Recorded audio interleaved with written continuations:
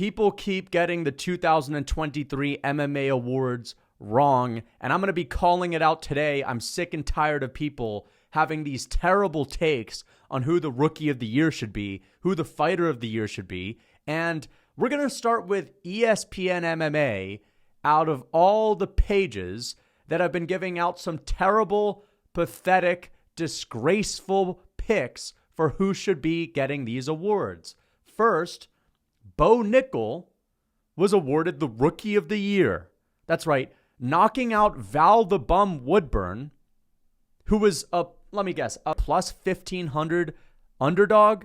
Bo Nickal knocking out a can and nutshotting Jamie Pickett, where you can't ignore the fact that there's an asterisk there. This is your Rookie of the Year? Are you kidding me?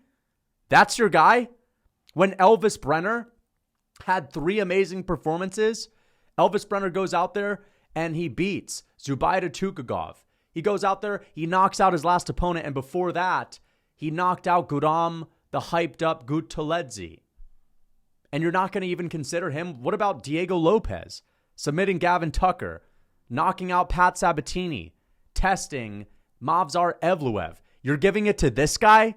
This is not the highest profile, most popular rookie award. It's the guy that's a rookie that's had the best performances, that's put together the best resume in their first year. All right, it's Diego Lopez. It's Elvis Brenner. Hell, even Joshua Van has better wins than Bo, even though he doesn't have finishes. Maybe that's debatable, but my point is, this is a horrible pick for Rookie of the Year.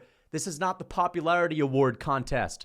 Bo isn't the Rookie of the Year. You don't get this award by beating a fucking can in 30 seconds, a guy that has no chance to beat you, that took the fight on a week's notice, and you don't get it for nutshotting someone that helps you get the takedown. No disrespect to Bo Nickal. I'm a fan of this guy. I am a fan of this guy. This is the shit that makes people dislike him.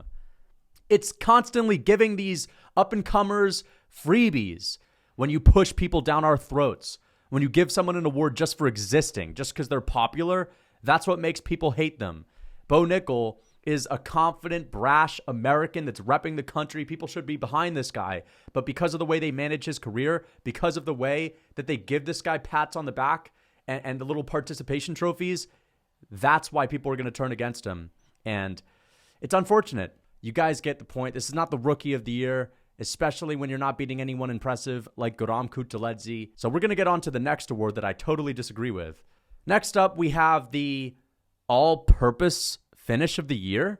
Not the knockout of the year, guys.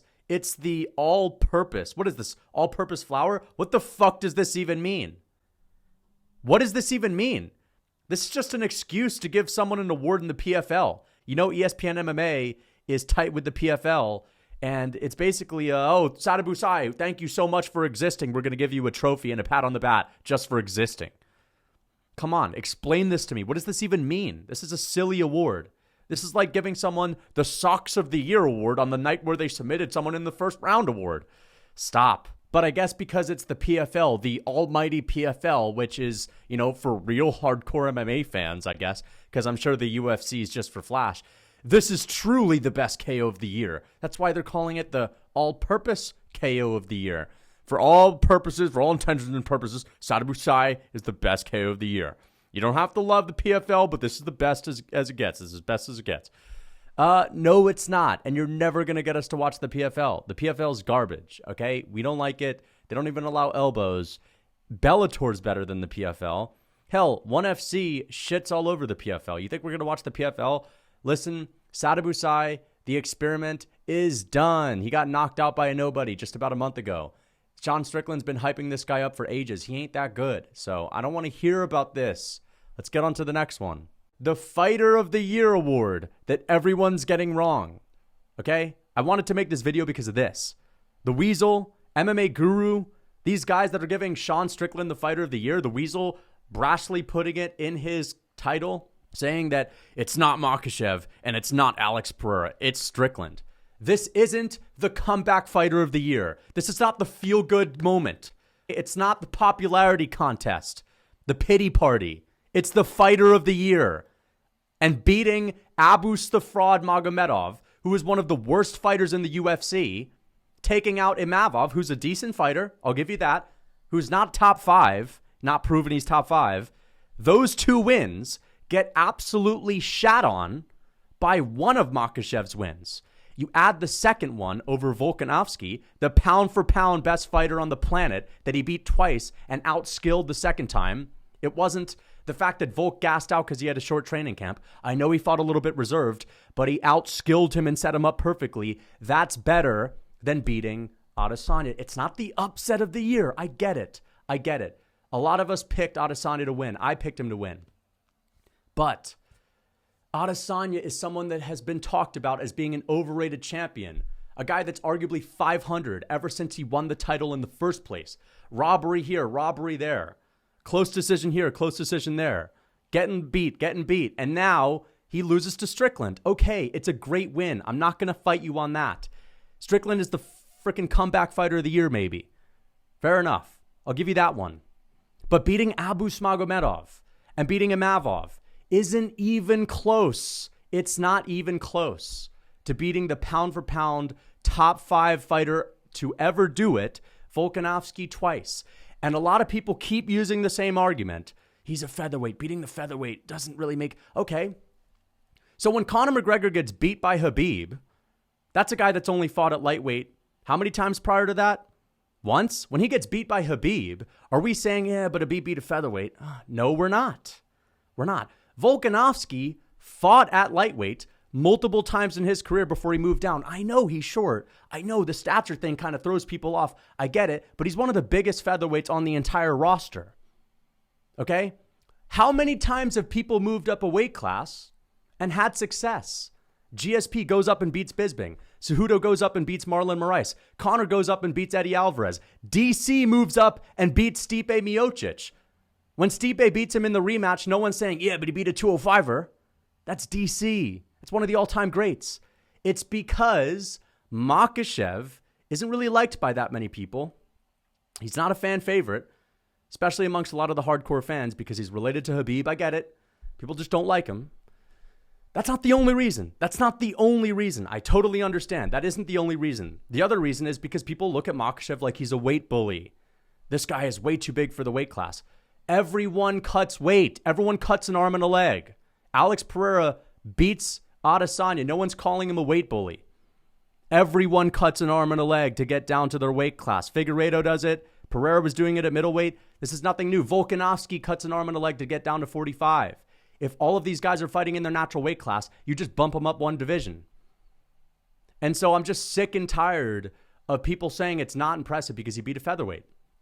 As if he didn't dominate Charles Oliveira in the fight prior to fighting Volk. People were out here acting like he's never beat a lightweight. That's all he's ever done is fight lightweights. And so, yes, I think it's impressive to take out a guy where there's a history of the smaller weight class guys moving up and showcasing better skills than the guy above them, where there's a history of that. I think it's just as impressive as beating Izzy, who was an overrated champion. Now, I get it. No one expected it to happen. This is not the shock, the surprise of the year. You want to do the surprise of the year fighter? Congrats to Strickland. The comeback fighter? Congrats to Strickland. You want to throw the pity party? 100%. I'm just joking around with that, but I'm being serious at the same time. This is not the, oh my God, he touched all of us. He's the hero. He is, in a way. He saved the division. He got rid of Izzy. At the same time, that's not better than beating Volk twice. You can use the argument where you're saying, oh, he's a featherweight. I just disproved that for you.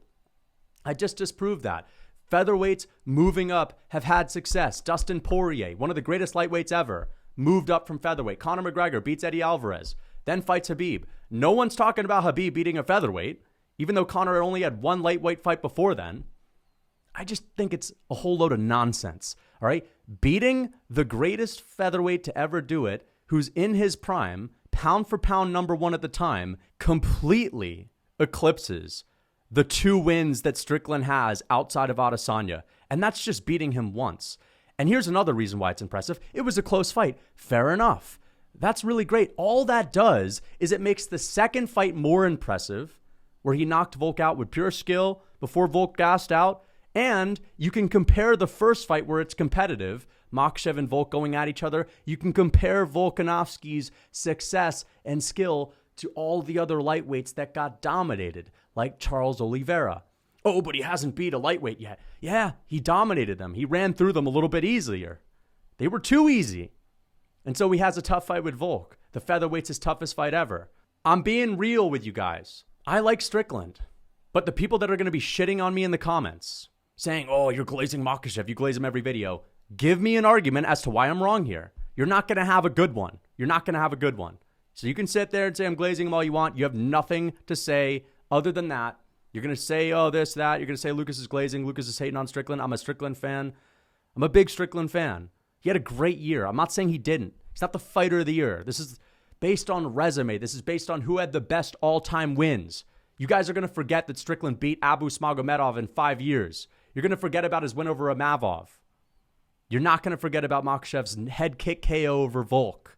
You're not going to forget about the first fight, one of the greatest fights ever. You're not. You'll remember Strickland beating Izzy. You'll remember that. Izzy's not 15 all time, not even close to Volkanovski's top 5 status. I don't want to hear it. And so these awards, they're wrong, dude. They're wrong. So I just wanted to speak some truth. I wanted to rant on that a little bit. I hope you guys enjoyed the video.